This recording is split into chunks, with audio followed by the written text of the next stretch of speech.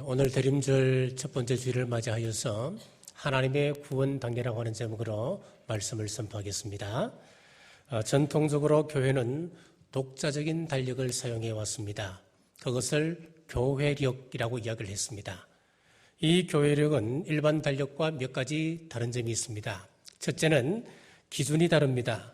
일반 달력은 세상 명절이나 또 기념일을 중심으로 짜여져 있습니다.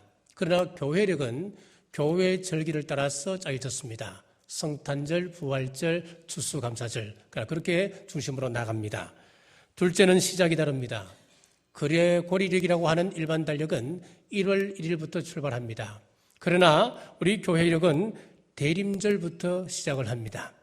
이 대림절이라고 하는 것은 영어로 애드벤트라고 하는 단어를 쓰는데 돌의 출현이라고 하는 뜻을 가지고 있습니다. 이 말은 원래 로마 황제가 즉위를 하게 되면은 큰 도시를 중심으로 초도 순시를 하게 되는데 이 초도 순시할 때 쓰는 단어, 그러니까 어전 용어였습니다.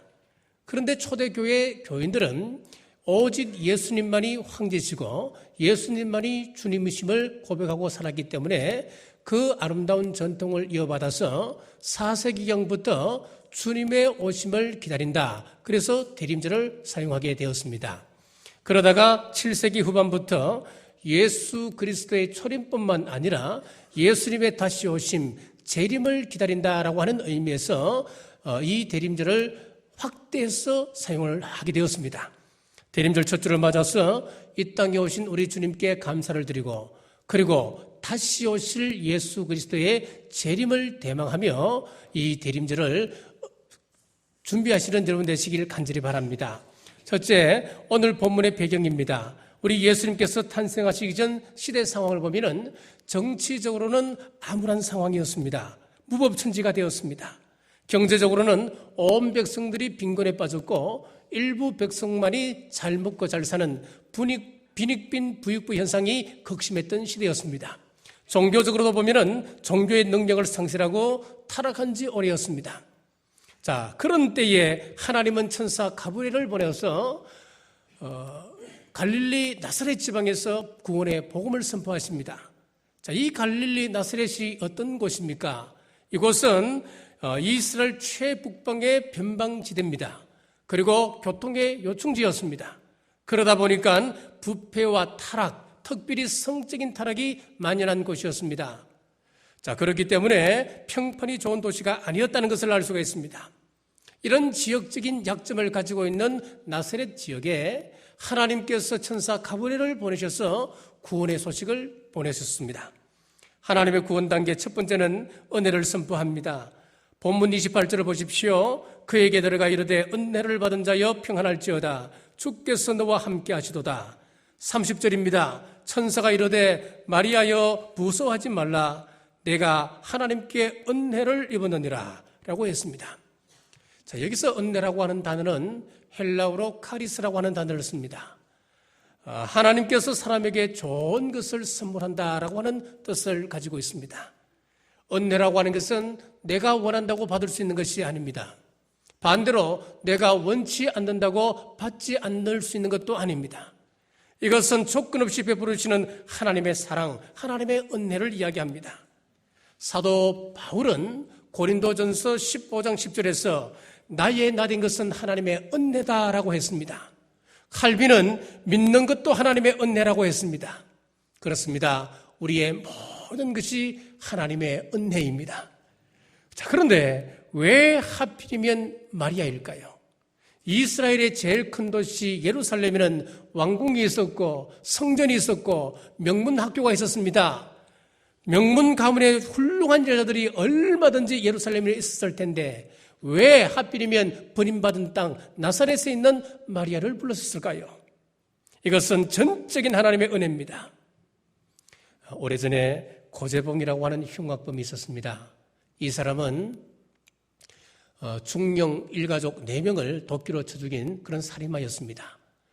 감옥에 들어갔습니다. 감옥에서도 이 사람의 살기가 얼마나 심하든지 세든지 감히 다른 죄수들이 그 근처에 가지를 못했다고 그럽니다. 한 분은 고재봉에게 성경책이 소포로 배달되었습니다. 성경책을 열어보니까 성경책이거든요. 그러니까 성경책을 재수 없다는 듯이 던져버렸습니다. 한참을 버려진 채 있다가 이 고재봉이 무슨 생각을 했던지 이것은 버리기보다는 화장실 휴지로 사용하는 것이 훨씬 낫겠다 생각했던 모양입니다. 그래서 화장실에 갈 때마다 그 성경책을 몇 장씩 찢어서 들어가는데 한 번은 화장실에 앉아서 이 성경책을 무심코 읽게 되었습니다. 읽다가 성령을 체험하게 된 것입니다. 그런 후에 형무소 목사님께 물었습니다. 나 같은 사람도 예수님을 믿으면 용서받고 구원받을 수 있겠습니까? 그로부터 잘 지도받아서 예수님을 영접하고 변화되어서 그 형무소에서 전도를 시작했는데 그 형무소에 수감된 사람이 2,000명이었습니다. 그 2,000명 가운데 1,800을 전도시켰는 굉장한 아름다운 역사를 일으키게 되었습니다. 자, 흉악범 고재봉이 어떻게 이렇게 변화되었겠습니까? 이것은 전적인 하나님의 은혜입니다. 우리도 마찬가지입니다. 내가 스스로 주님의 제자 되고 주님을 믿고 주님의 자녀 되고자 찾아온 사람 몇 안 됩니다. 우리는 믿는 사람들 조롱하기도 하고 때로는 핍박하기도 했습니다. 그러나 하나님께서 일방적으로 택하심으로 하나님의 백성으로 살게 된 것입니다. 이것이 바로 은혜입니다. 자, 그러면은 마리아에게 오늘 어떤 은혜가 임했습니까? 31절입니다. 보라, 내가 잉태하여 아들을 낳으리니 그 이름을 예수라 하라. 마리아가 하나님께 받은 은혜는 처녀가 구원자를 낳는다고 하는 것이었습니다. 마리아가 아기를 낳게 된다는데 학자들의 말에 의하면은 그 당시 마리아의 나이가 12살에서 15살 정도 되었다고 이야기합니다. 어느 날 이웃집에 사는 여동생이 배가 불러오기 시작하는 겁니다. 임신을 했다고 하는 것입니다.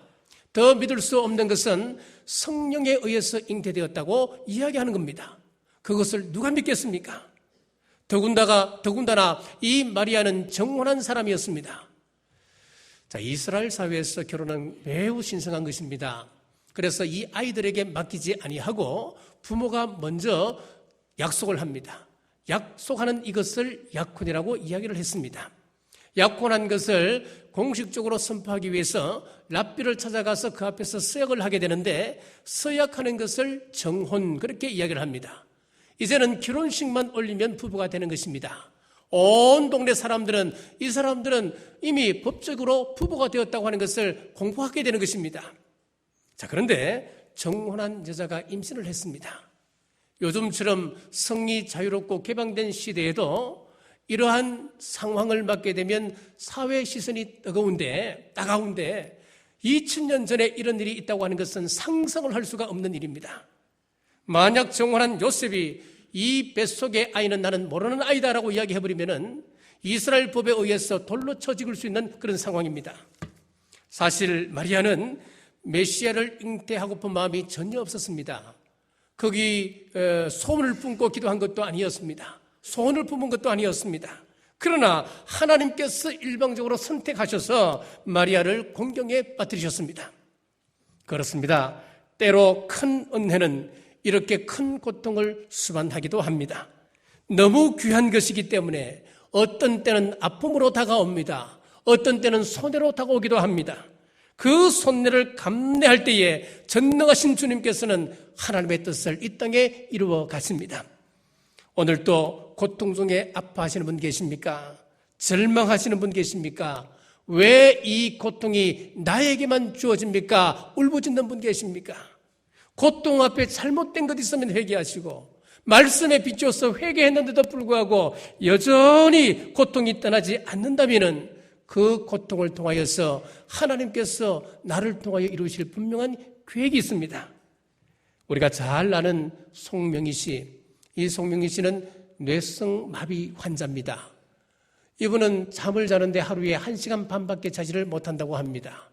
1시간 반도 누워서 자면은 심장이 눌리는 아픔 때문에 누워서 자지 못하고 앉아서 1시간 반을 잔다고 합니다.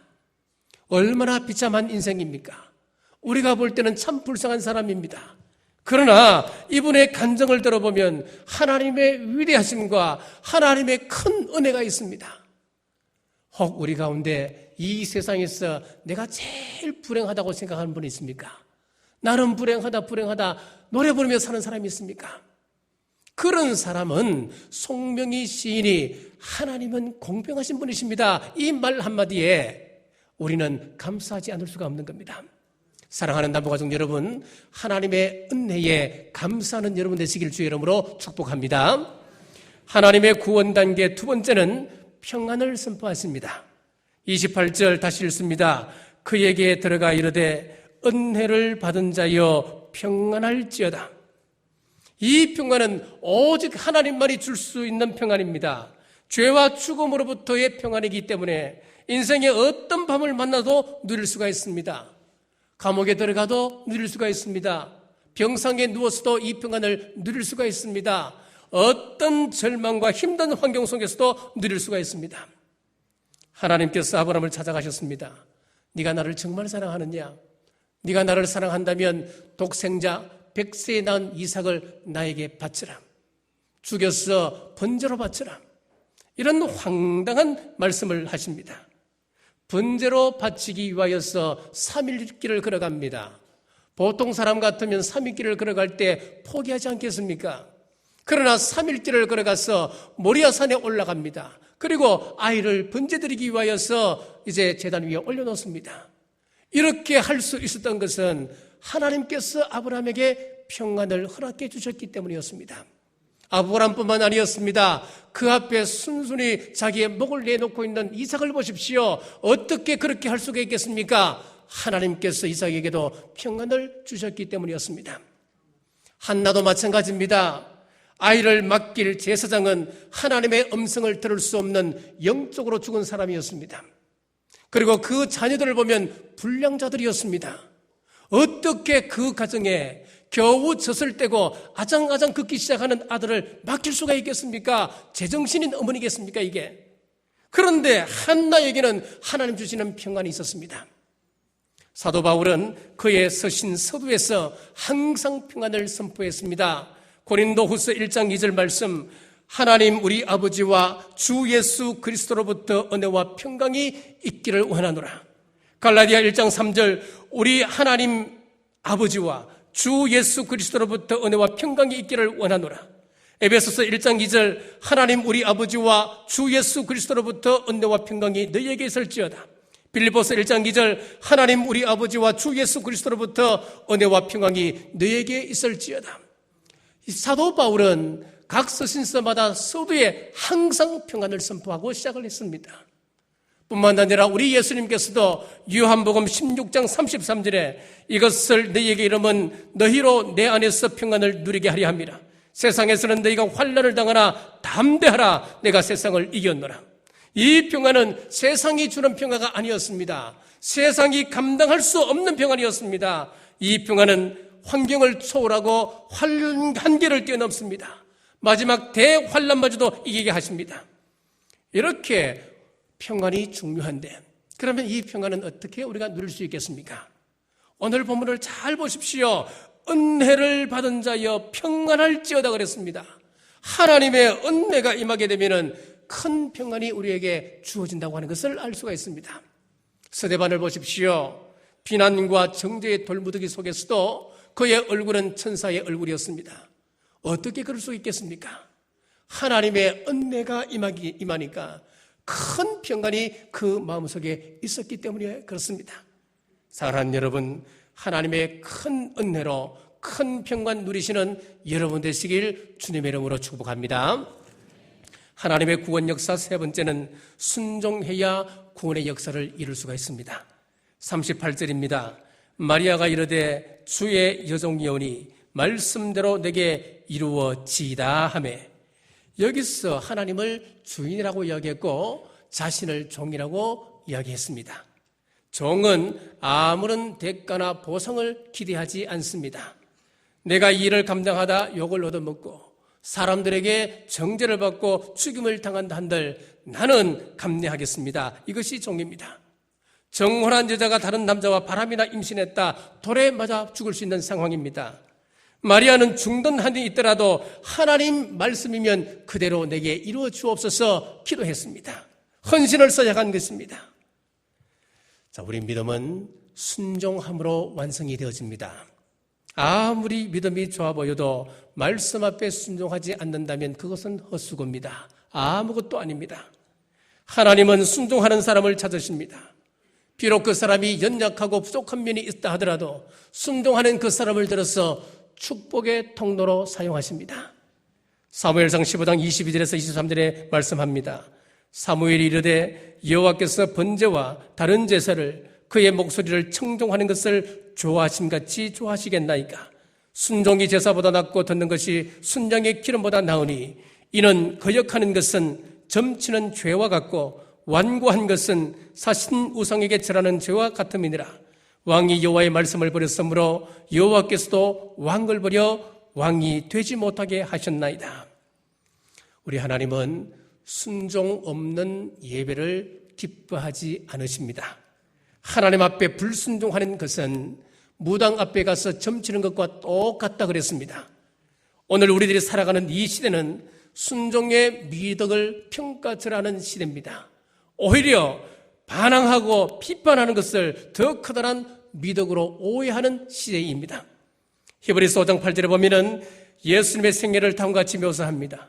그가 아들이시면서도 받으신 고난으로 순종함을 배워서 온전하게 되셨은즉 자기에게 순종하는 모든 자에게 영원한 구원의 권한이 되시고 예수님께서는 고난을 통하여 순종함을 배우셨다라고 했습니다. 그렇습니다. 이 순종이라고 하는 것은 배우는 것입니다. 저절로 이루어지는 것이 아닙니다. 앤드루 머레이는 반항은 죄인의 체질이고 순종은 고된 학습이다 그랬습니다. 순종이라고 하는 것은 고된 학습이랍니다. 우리가 힘들게 일을 살아가지만은 순종은 배우고 또 배워야 한다는 것입니다. 희생에도 불구하고 순종하고자 하는 이들이야말로 하나님 나라의 주인이요 이들을 통해서 복음의 역사는 이루어져 갑니다. 18세기 영국은 산업혁명으로 인해서 큰 부를 이루게 되었습니다. 그런데 내부적으로는 큰 갈등이 일어났습니다. 가진 자와 가지지 못한 사람 사이의 갈등이었습니다. 먼저 가난한 사람들은 돈 많은 기업주들을 향해서 이렇게 이야기했습니다. 당신들의 돈 지갑이 회개하지 아니하면 그것은 진정한 회개가 아니다라고 비난을 했습니다. 그러니까 가진 사람들이 가난한 노동자들을 향하여서 하나님의 일을 하는 것처럼 일하지 아니하면 하나님의 사람이 아니다라고 되받아쳤습니다. 이 모습을 보고 있던 칼 막스가 이 지구상에 공산주의가 실현된다고 한다면 가장 먼저 이루어질 나라가 영국이다라고 단언을 했습니다. 그 위기의 때에 존 웨슬러를 비롯한 13명의 부흥사역자들이 혼련이 일어났습니다. 그리고 죄악으로 무너져가던 영국을 보면서 가슴을 치는 회개 운동을 일으켰을 때에 영국이 회복되어지고 영국은 세계 영적 부흥 운동을 주도하는 나라가 되었습니다. 한편 러시아는 인구 99%가 러시아 정교회 교인들이었습니다. 그러다 보니까 교회는 점점 재산이 늘어나서 전 국토의 80%가 교회 재산이 되었습니다. 엄청난 부를 누리게 되었습니다. 그러니까 백성들을 농로 부리듯이 교회가 부리게 되었습니다. 결국 러시아는 망하게 되었습니다. 교회가 하나님의 뜻에 순종하기 위하여서 대가를 지불하지 않는다면 그 문화는 망하게 되는 것입니다. 우리 교회 안에서도 마찬가지입니다. 내가 이를 감당함으로 욕을 얻어먹고 또 사람들에게 비난을 받고 정죄를 받는다 하더라도 이것이 교회를 부흥시키는 일이고 하나님께서 기뻐하실 만한 일이라고 판단되어지면 내가 그것을 하겠습니다. 이런 사람이 많이 나와야 됩니다. 내가 교회 일을 위하여 전도하고 이 교회를 보호하는 일을 위해서 내가 욕을 얻어먹겠습니다. 그런 사람이 나와야 됩니다. 사랑하는 여러분, 때로 억울한 소리를 듣고 손해보더라도 우리 예수님의 고난을 생각해 보십시오. 예수님은 그 고난을 통하여 순종함을 배웠다라고 말씀했습니다. 우리도 이 고난을 듣고 순종의 사람 되시길 주님의 이름으로 축복합니다. 자, 우리 오늘 말씀에서 중요한 신앙의 원리 하나를 발견하게 됩니다. 그것이 무엇이냐 하면은 우리 하나님은 전지전능하신 분이십니다. 말씀 한마디로 이 우주를 창조하신 분이셨습니다. 그런 전지전능하신 우리 하나님께서 일방적으로 말씀하시기를 그 아이에게서 성령으로 잉태되어서 아기가 나오느라 그렇게 말씀하실 수 있지 않겠습니까?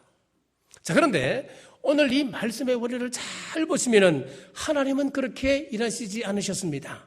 당사자에게 먼저 동의를 구하십니다. 하나님께서 우리에게 멋진 소명을 주신다 하더라도 우리가 동의하지 아니하고 우리가 순종하지 않는다면 하나님은 사용하지 않으십니다. 예수님께서 제자를 부르실 때 보십시오. 마가복음 1장 17절에서 20절을 보시면은 예수께서 이르시되 나를 따라오라. 내가 너희로 사람을 낚는 어부가 되게 하리라 하시니 곧 그물을 버려두고 따르니라. 조금 더 가시다가 세베대 아들 야고보와 그 형제 요한을 보시니 그들도 배에 있어 그물을 깁는데 곧 부르시니 그 아버지 세베대를 품꾼들과 함께 배에 버려두고 예수를 따라가니라. 예수님께서 부르실 때에 베드로와 안드레, 야고보, 요한은 즉시 버려두고 예수님 말씀 앞에 순종했습니다. 순종할 때 그들이 제자가 되었습니다. 광야 이스라엘 백성들의 비극이 무엇입니까? 수많은 기적과 수많은 신비로운 체험을 했습니다. 하나님을 경험할 수 있도록 꾸준하게 하나님께서 역사하시고 도우셨습니다. 그런데 그들이 끝까지 이 사실에 대해서 응답하지 않았다는 것이 비극이었습니다. 혹 내 모습이 광야의 이스라엘 백성이 아닐런지요. 우리에게 아브라함과 이 마리아의 그 절대 순종이 없다면은 하나님의 역사를 보기 참 힘들 것입니다. 앤드류 모레이는 말합니다. 확실한 자기 경험까지도 부정할 수 있어야 참된 순종의 삶을 살 수 있다라고 했습니다. 그래서 신앙생활은 늘 깨어 있어야 합니다. 과거에 하나님께서 이렇게 인도했으니까 앞으로도 하나님은 이렇게 인도하실 거야. 예상 문제를 가지고 접근하다 보면은 하나님은 틀림없이 어긋나게 하십니다. 우리 하나님은 고정된 분이 아니십니다. 신앙생활은 경륜이 아닙니다. 우리는 늘 깨어 있어야 합니다. 아무리 경륜이 오래되었고 하나님을 잘 안다 하더라도 자기 생각이 굳어져 버리면 하나님은 역사하지 않으십니다. 왜요? 우리 하나님은 다양하게 일하시기 때문에 그렇습니다. 역대상 14장에 보면 다윗이 블레셋과 두 번의 전투 이야기가 등장합니다. 그런데 그 두 번 전투 이야기를 기록하면서 첫 번째와 두 번째 전략이 서로 다릅니다. 첫 번째 전략은 무엇이었습니까? 하나님께 여쭈었더니 바로 올라가서 쳐라고 응답이 왔습니다. 그래서 바로 올라가서 쳤더니 그 전쟁에서 승리를 거두었습니다. 두 번째 전쟁에서도 하나님께 엎드려 기도했더니 전략이 다른 겁니다. 맞닥뜨려 싸우는 것이 아니고 이번에는 뒤로 돌아 올라가서 뽕나무 맞은편에서 싸우라. 그렇게 구체적으로 말씀해 주셨습니다. 그 말씀에 순종할 때 다윗은 승리할 수 있었습니다. 만약에 첫 번째 전쟁에서 이기고 두 번째는 물어보지도 않고 첫 번째와 똑같이 올라갔다면 어떻게 되었을까요? 틀림없이 그 전투에서 피했을 것입니다. 여기에서 다윗의 신앙을 볼 수가 있습니다. 매번 물어보는 것이었습니다. 하나님께서 다르게 말씀하시면 이의를 달지 않고 즉시 순종했습니다. 그러니까 그는 가는 곳곳마다 승리의 삶을 살 수가 있었습니다. 사랑하는 여러분, 신앙생활할 때 생각이 고정되면 안 됩니다. 늘 하나님을 향하여 열려 있어야 합니다. 하나님은 날마다 새롭게 일하시기 때문에 그렇습니다. 오늘 본문에서도 이 마리아가 도저히 이성적으로 이해할 수 없는, 있을 수 없는 일을 경험했을 때에 그는 열린 사람이었다는 것을 알 수가 있습니다. 하나님께 이렇게 질문합니다. 어떻게 처녀가 잉태할 수 있겠습니까? 나는 남자를 알지 못합니다. 천사가 35절에 이렇게 대답합니다. 천사가 대답하여 이르되 성령이 내게 임하시고 지극히 높으신 이의 능력이 너를 덮으시리니 이러므로 나실 바 거룩한 이는 하나님의 아들이라 일컬어지리라. 요지는 이렇습니다. 하나님께서 하신다는 겁니다. 처녀가 어떻게 아들을 낳을 수 있는지 우리는 이해하지 못합니다. 우리의 영역이 아닙니다. 그러나 마리아는 하나님을 향하여 열려 있었습니다. 그때 순종의 확신을 주기 위해서 다음과 같은 예를 들려주십니다. 36절과 37절입니다. 보라, 내 친족 엘리사벳도 늙어서 아들을 배웠느니라. 본래 임신하지 못한다고 알려진 네가 이미 6달이 되었나니 대저 하나님의 모든 말씀은 능하지 못하심이 없느니라. 친족 중에 본래 아기를 낳지 못하는 사람이 있었습니다. 그가 늙어 할머니가 되었습니다. 그런데 낳지 못한다고 하는 그 할머니가 아기를 임신했다는 거예요. 이 일은 기절할 만한 사실입니다. 사람들이 안 된다고 이야기할 때에 하나님이 하시면 되는 줄로 믿으시기를 바랍니다. 이것이 우리 하나님과 우리 사람의 차이입니다. 그러므로 하나님의 음성을 듣고 순종하는 우리 남부의 온 가족들 되시길 주님의 이름으로 축복합니다. 이 시대의 대림절은 우리 주님의 다시 오심을 기다리는 절기라고 서두에 말씀을 드렸습니다. 많은 사람들은 우리 예수님의 재림으로 인해 역사가 끝이 난다고 하는 이 사실에 대해서 믿지를 않습니다. 오히려 농담으로 여기기 시작하고 있습니다. 그런데 우리는 깊이 생각해 봐야 합니다. 신약 성경을 열어보면 예수님께서 재림한다고 하는 이 구절이 자그마치 318절이나 되어 있습니다. 사도행전 1장 11절에 보시면 갈릴리 사람들아 어찌하여 서서 하늘을 쳐다보느냐 너희 가운데서 하늘로 올려주신 이 예수는 하늘로 가심을 본 그대로 오시리라. 그리고 요한계시록 22장 20절에 보시면 이것들을 증언하신 네가 이르되 내가 진실로 속히 오리라 하시거늘 아멘 주 예수여 오시옵소서. 예수님께서 성천 직후에 내가 다시 오리라 가심을 본 그대로 다시 오신다. 천사를 통하여 증언하셨고 또 요한계시록을 닫으면서 우리 주님께서 반드시 오신다 우리에게 약속을 하셨습니다. 2015년 대림절 첫 주를 맞이하여서 우리는 재림신앙을 새롭게 하셔야 합니다. 데살로니가전서 5장 6절에 보시면 이렇게 말씀합니다. 그러므로 우리는 다른 이들과 같이 자지 말고 오직 깨어 정신을 차릴지라. 깨어 정신을 차리라 이야기했습니다. 마태복음 24장 38절 이하에 보시면 홍수전에 노아가 방주에 들어가던 날까지 사람들이 먹고 마시고 장가들고 시집가고 있으면서 홍수가 나서 그들을 다 멸하기까지 깨닫지 못하였으니 인자의 임함도 이와 같으니라. 홍수 직전의 상황을 사람들은 영적으로 잠자고 있었고 또 세상 향락에 취해 있었다라고 이야기했습니다. 깨닫지 못하고 살아가다가 멸망당했다 성경은 말씀하고 있습니다. 지금 이 시대는 노아 홍수 때와 똑같습니다. 그보다 더한 시대가 되어져 버렸습니다. 동성연애가 합법화될 직전에 와 있습니다. 하나님께서 싫어하시는 일입니다. 지금은 TV에도 보면은 커밍아웃을 해서 오히려 그들이 더 당당한 시대가 되어버렸습니다. 그들에 대해서 조금이라도 곱지 않은 시선을 보내고 우리가 정말 그들을 사랑하면서 우리가 조언한다 한다면 우리는 법적으로 구속될 수도 있는 그런 시점에 와 있습니다. 모든 것이 무너져 갑니다. 우리는 지금 노아 홍수 때를 살아가고 있는 것입니다. 이때에 깨어서 우리 신앙을 되돌아보셔야 됩니다. 오늘 대림절 첫째 주일 마리아처럼 하나님의 은혜를 사모하고 평안을 누리시며 비상식적인 말씀이라도 순종함으로 우리 하나님의 구속사를 이루어가는 경주의 온 가족들 되시길 주님의 이름으로 축복합니다. 기도하겠습니다. 자비로우신 아버지 하나님, 대림절기를 맞아 하나님의 구원 역사를 나누게 하심 감사합니다. 하나님의 은혜를 사모합니다. 하나님의 평안을 누리길 원합니다. 하나님 말씀에 순종하길 원합니다.